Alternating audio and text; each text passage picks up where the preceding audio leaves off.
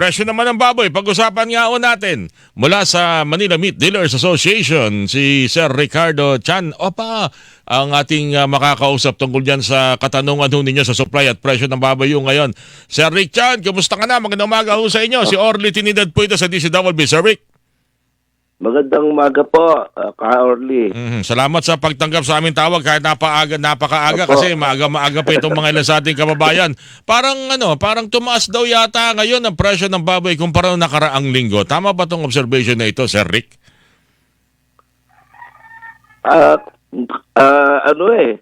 Yung presyo natin masyadong iba-iba May lugar na mataas, mayroon naman lugar na mababa. Oo. Ito mga nakaraang 2 linggo kasi everyday ako mahakot naman ng baboy. Permis naman. Pero talaga yung mga nakaraang pagtungtong pa lang ng Enero, tuloy-tuloy na yung pagtaas. Bakit gano'n?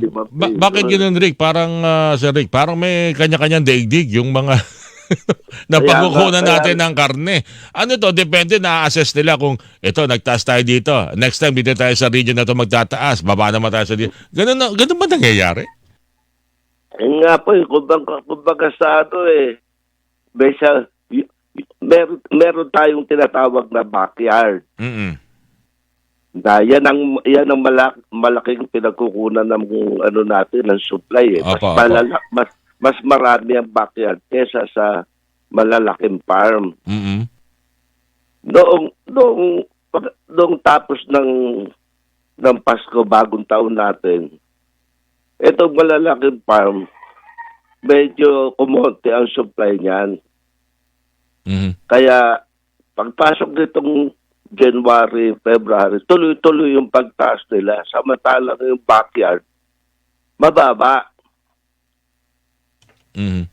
Mababa ang presyo. So, ano yun, Sir Rick? Na-apekto ng supply dahil sa ilang mga dahilan?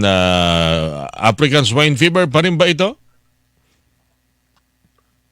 Hindi naman may mga, kasi ngayon, hindi mo na maano ang African swine fever. Wala na nagre-report niyan Oo.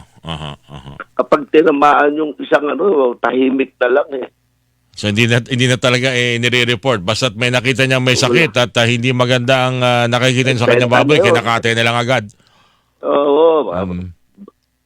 Katay na lang agad yun. Kaya ang pakiramdaman sa presyo. Nung tumaas ang presyo ng mga malalaking farm, so kami mga dealer, doon kami kukuha sa backyard. Oo, mas mura. Well, mura. Oo. Doon nagpuntahan kami sa backyard, nagtaasan din naman sila ng presyo. Hindi nagpatalo dun sa mga malalaking mga farm. Mga farm kasi alam nila ubos ang baboy ng malalaking farm sa bandang huli, mas mataas pa yung presyo ng backyard sa farm.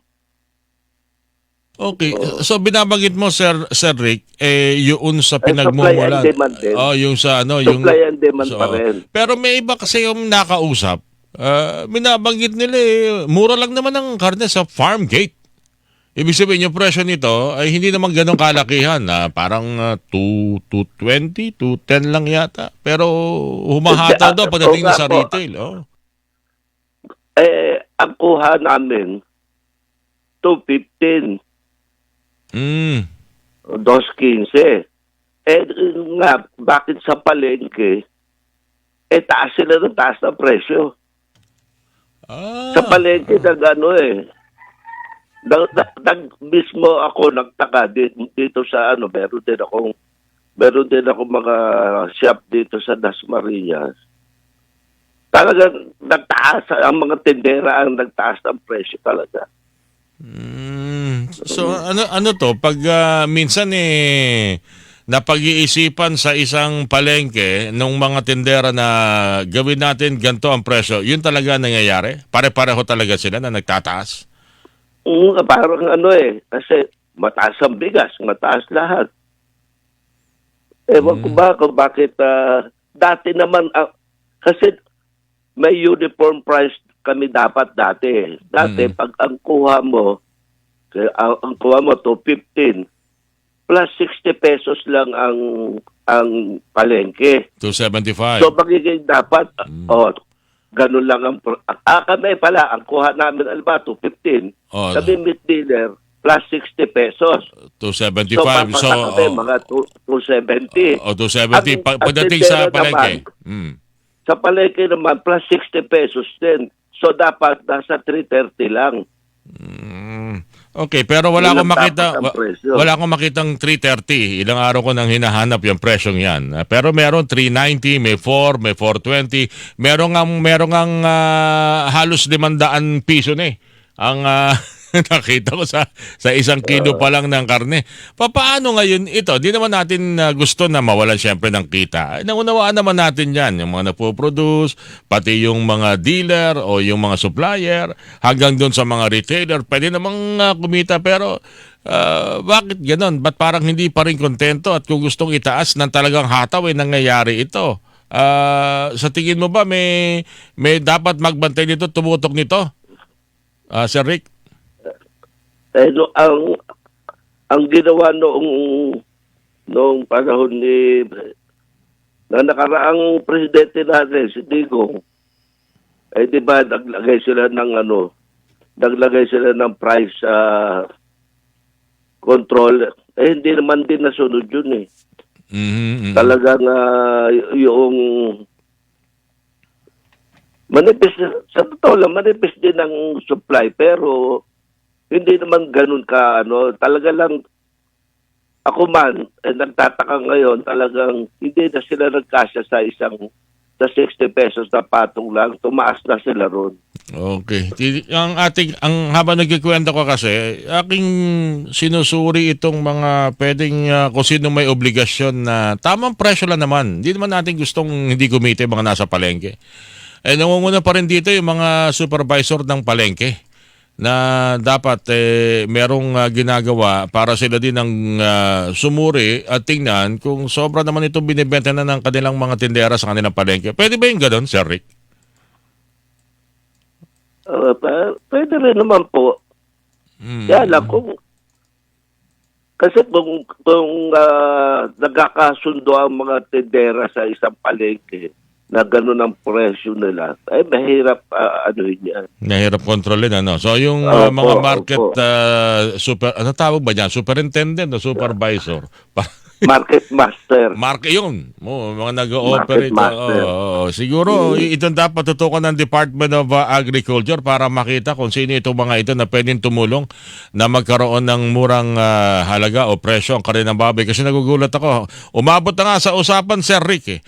Naku, mataas ang presyo ng baboy. Wag muna tayo magbaboy. Manok muna sa kaitlog. Kawawa naman yung mga meat dealer. Tulad nyo, Sir Rick. Ano? Mahirap masunod niya. Mahirap yung iba talagang matumal naman talaga rin kasi ang baboy. Kaya kung hindi sila magtataas din ng presyo, kung mananatili sila sa presyong patong 60 lang, talagang magugutom din ang tendera ng baboy. Yun ang sa nakikita ko. Kasi dati umuubo sila ng, halimbawa, 4 na baboy sa isang araw. Ngayon panahon na to, 2 baboy na lang kung saan nabawasan yung... Siya nga pala. Ano ba monitoring ho ninyo? Talaga bang yung ating mga backyard farmer, mga local pork producers natin, medyo mababa ngayon ang kanilang production? Marami tayong baboy, sir Hindi naman tayo nagkukulang sa supply Okay. Ang problema natin, ang mga tao, wala talagang walang pambili ng baboy. Kulang ang sahod nila. Okay. Sa sobrang mahal ng mga bilihin natin. Okay. Yan ang nakikita naming dahilan. kahit mga tendera sa palengke, sobrang tumal ng paninda, matumal ang isda, matumal. Kung nagtitipid masyado ang mga mamimili natin kasi nga masyadong tumaas ang mga bilihin. Tapos ang sahod nila, hindi naman din nagbago. Hindi kaya. Okay, panghuli na lang, Sir Rick. Hanggang kailan itong ganitong sistema na binabagit nyo nga, nagugulat kayo sa retailer, humahataw ang presyo. Hanggang kailan ito bago tuluyang bumalik sa dapat na presyo ang isang kilong karne ng baboy? Yan, babalik yan. Pagdating nitong darata Semana Santa, pagka dumami ang supply ng baboy, ang mga producer niyan, mapipilitang magbabayad sa dami ng supply nila. Kasi supply and demand pa rin yan, sir. Apo. Kahit na anong gawin nila, hindi naman nila pwedeng ipitin ng baboy nila, maglalakihan yan.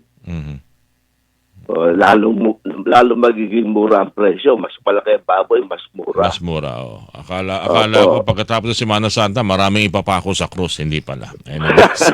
Sir Rick, maraming salamat. Umaasa tayo na magiging maalwan muli ang kabuhayan ng magbababoy, lalo na mga meat trader na tulad po ninyo.